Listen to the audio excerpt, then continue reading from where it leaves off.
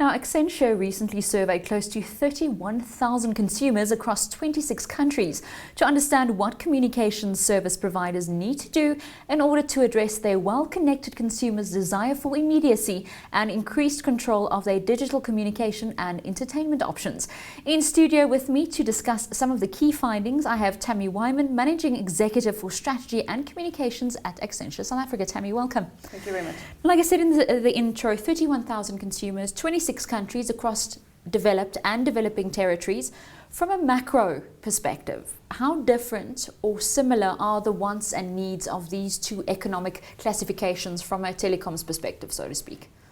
Our study focused a lot around the mobile internet, and the main differences you'll find there in that the mature markets, there is a professed need and desire to use mobile internet, but because those countries are largely already connected through broadband, you'll see that desire or the number of respondents who are proactively trying to engage using the internet through mobile devices is less in mature markets than in emerging markets. Speaking of immature markets or developing, now Africa is regarded as the next investment frontier. We've seen an influx of mobile service providers on the continent, yet in your study, only South Africa was featured from the African continent. Is there a very specific reason for this? Is it market maturity? What was the rationale? There's no rationale other than just having to finalize what are the priority countries across the globe. So as Accenture is a global organization, we needed to whittle down the list so it would be a manageable number of respondents. In the end, we still had 31,000, so you can imagine that every time we include another country, it bulks up the list. So it's purely admin?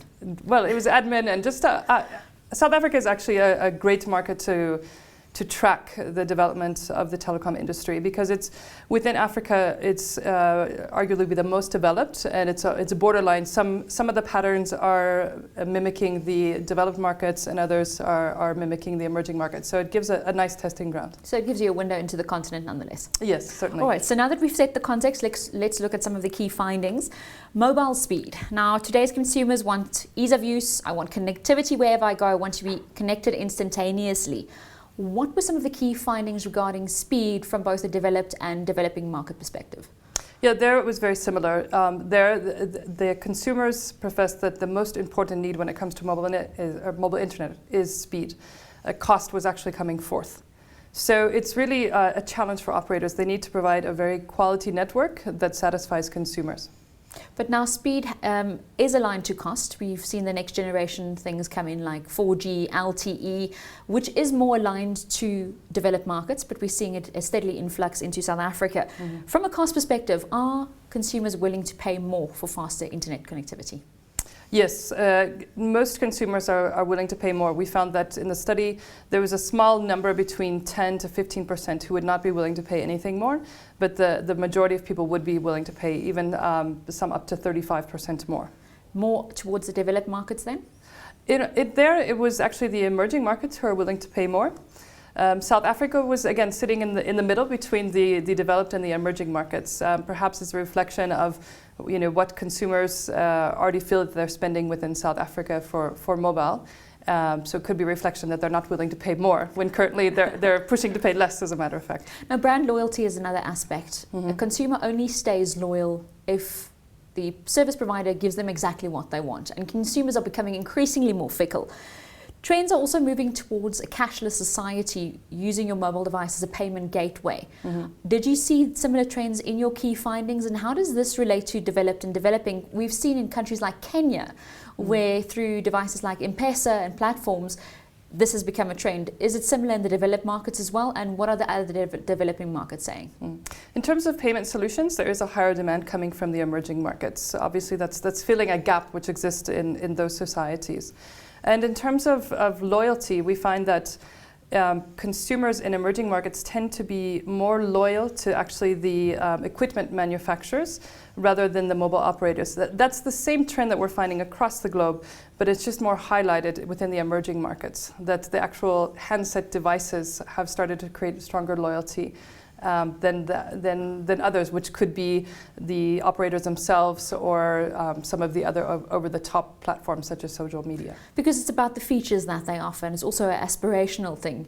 If you look at the African market again, and we're just going back to that, where it's more a feature phone than a smartphone market, but everybody aspires to have a smartphone. So surely this influences the trend as well. Yeah, and there's also a concentration. You know, in the end, you've probably got, let's say, 5 handset manufacturers across the globe. So their awareness at a global level versus in every country you have the 3 to 5 operators who are vying for different brand space as well. And again, perhaps something tangible is creating stronger loyalty than a network operator. Now, something that's being offered that people are increasingly buying into is the concept of location-based services. And this is something that was highlighted in your survey. And this despite people want to stay connected and be known in places despite privacy concerns. Is this a trend across the board as well? Yeah, I think people have different privacy concerns depending on which service it is.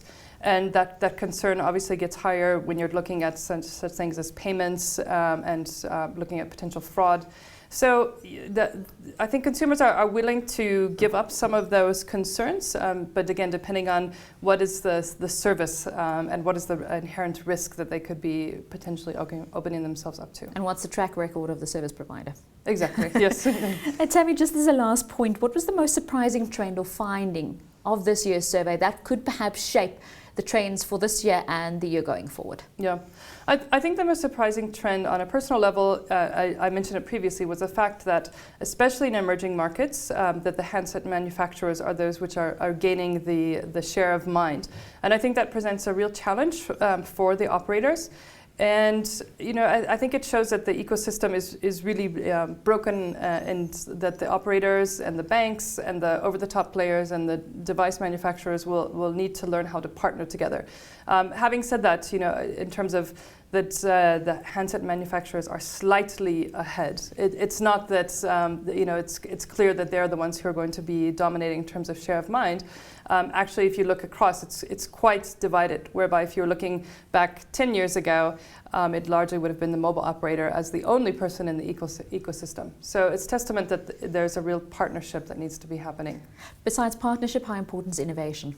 Certainly, you know, so everyone needs to find where their strength is. So you need to play to your strengths. And even as an operator, it doesn't mean that all operators are going to have the same strategy. Different operators will have different strengths, therefore different strategies. And then how they choose to partner, to create that innovation will be the key to their future success.